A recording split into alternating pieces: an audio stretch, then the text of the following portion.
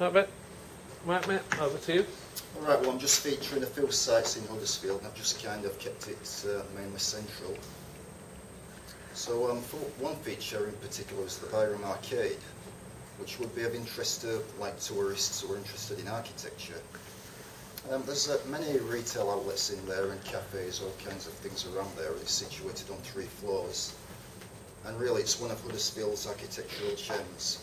It was built in the late 1850s, acquired by the Huddersfield Corporation in 1920, and it's been refurbished later by Kirklees Council. So it's definitely a place of interest. Now the town hall, well, every town has one, but it's worth including. A great place for all sorts of community events, large events as well as small meetings.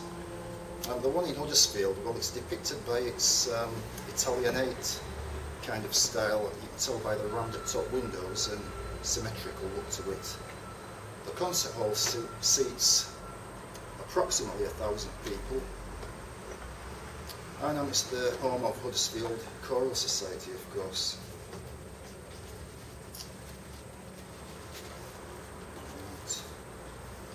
And the Lion Chambers, the Lion Estates.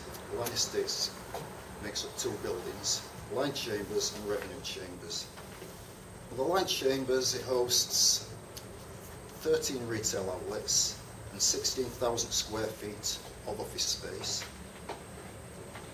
And sort of at the east side of the George Square. It's the place of many kind of local legends and myths. One story is that the lion comes down off the building and takes a walk around the square when the clock strikes 12 at midnight. The twist is it never strikes. Right behind the building you've got Revenue Chambers. That hosts 9 retail outlets and 10,000 square feet approximately of office space. And well, they've sort of a wide array of things in there. They've got everything from IT retailers to estate agents to cafe bars. And they were both built about 100 years ago. The Revenue Chambers is set to resemble a Venetian palace. A point of interest, the George Hotel itself is where rugby league was founded. These buildings are all Grade 2 listed buildings, so it would be of interest to visitors who are into architecture and that kind of thing. And it's said by English Heritage to be one of the finest squares outside London.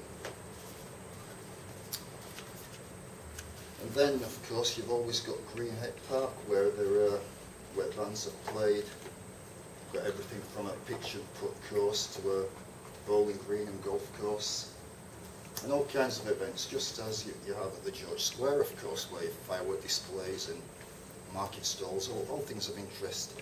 So I'm just kind of doing things where some people might just be visiting Huddersfield, don't know the place at all, and they're just kind of looking around centrally.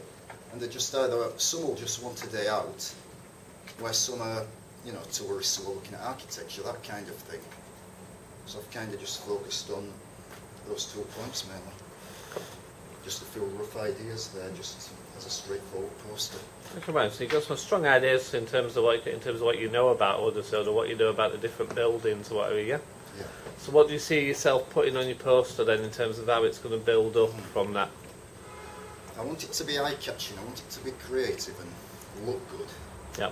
I like a good, you know, could be used by tourist boards or on the net or anywhere. Yeah.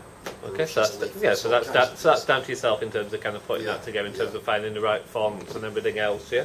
And I don't want to bore people with too much writing about. That's it. You don't want. Let's say you got a lot of kind of technical information on there, so you don't want it to be too kind of jargon based in terms of trying to get too much information on there. What you need to build on, from what you said there, is you need to have a look at these kind of interesting points, a bit about the George Hotel, Greenhead Park's history.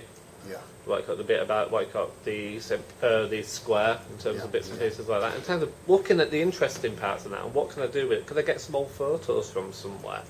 Can I use new photos and can I blend them together? Can I do something like that? So can I think around some ideas like that? Yeah. Yeah.